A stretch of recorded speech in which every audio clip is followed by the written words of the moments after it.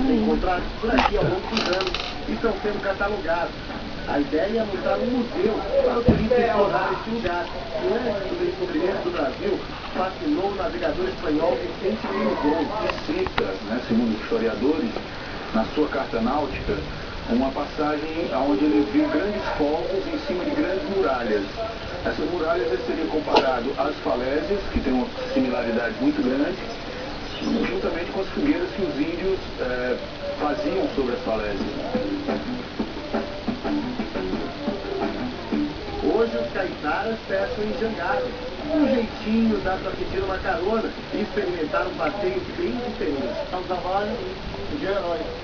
Você ir lá no mar e filmar um Brasil desse, com pouca tecnologia, com jangada dela e pegar peixe. Muito bem legal. Para onde quer que você olhe, vai encontrar aqui no cenário de Capuí as belezas naturais formadas por esse mar sempre calmo, enseadas, rodeadas por paredões de falésias.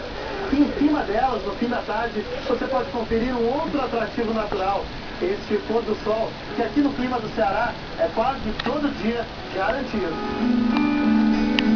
E também pode ser apreciado no mirante de onde se vê a floresta de coqueiros, ou no mangue, que todo ano recebe aves migratórias.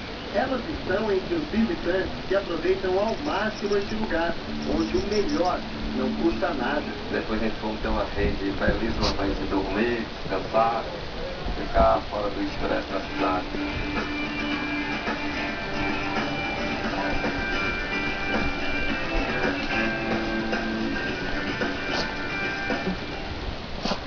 Na página do Jornal Hoje você pode rever essa e outras reportagens do quadro Show de Bola.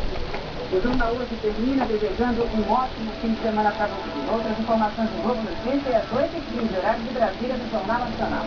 Uma boa tarde e encontro você amanhã.